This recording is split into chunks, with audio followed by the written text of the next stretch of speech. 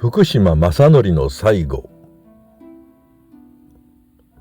どうする家康に学ぶ日本史。罠に落ち召し上げられた不運の猛将。福島正則は関ヶ原の戦いで徳川家康の東軍の中心勢力として戦い、50万石の大名となったが、幕府の罠に落ち領地を召し上げられて失意のうちに没した。福島正則の最後を詳しく見ていこう。福島正則は1561年永禄4年、尾張海東郡二津寺村の福島正信の子として生まれ、幼名を市松と名乗った。父親の正信は大工であったとも桶屋であったとも言われているが、不明な点が多い。また正則の生母と豊臣秀吉の生母が姉妹で、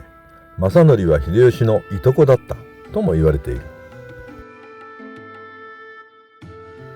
秀吉は姫路城主であった1574年天正6年頃、13歳の正則を家臣に取り立てている。正則はこの年に三木城攻めで初陣を果たし200石を与えられている。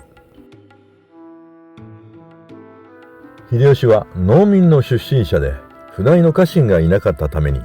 身内から人を集めて取り立てた。加藤清正や浅野長政も正則と同じ秀吉の縁戚者で、ねねのもとで大事に育てられている。明智光秀との山崎の合戦で活躍した正則は、柴田勝家との賤ヶ岳の戦いでも一番槍、一番首を上げ、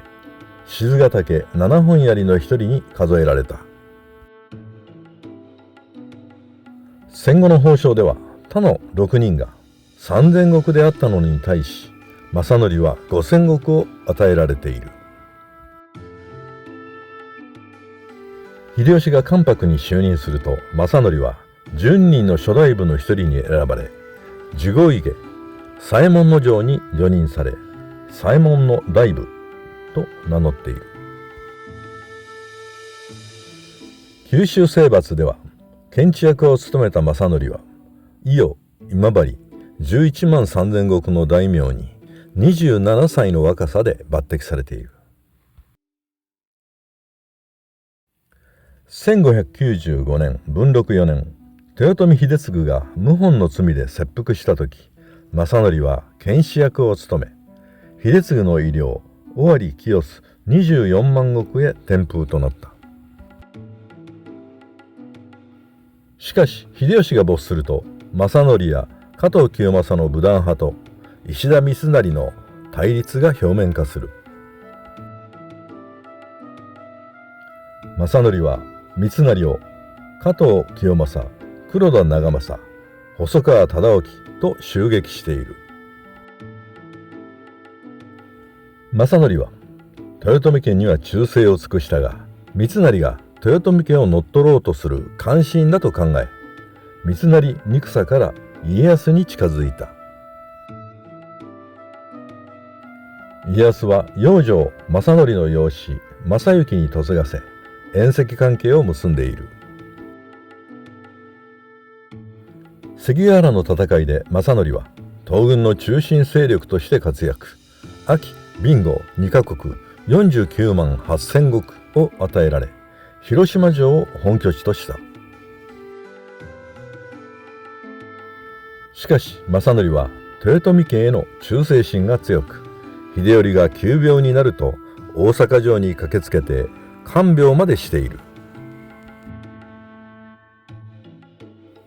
関ヶ原の合戦の後、豊臣秀頼の地位は摂大阪の一大名に陥落したが、正則は加藤清正と共に秀頼の右大臣叙任に奔走する。家康や幕閣たちは正則らの行動を極めて不快に感じていた。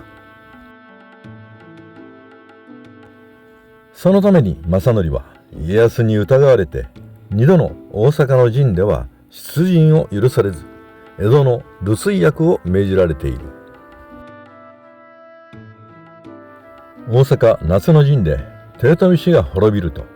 二代将軍徳川秀忠は豊臣恩顧の大名たちへの取り締まりを強める。秀忠は1615年慶長20年に諸大名を統制するために武家諸法度を制定している。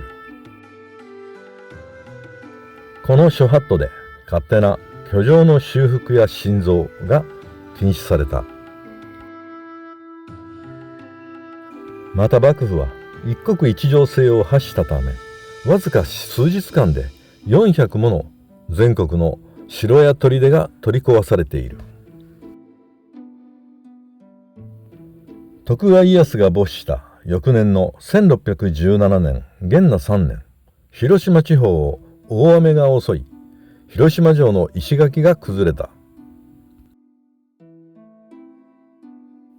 正則は本田正純に口頭で修理の許可を得て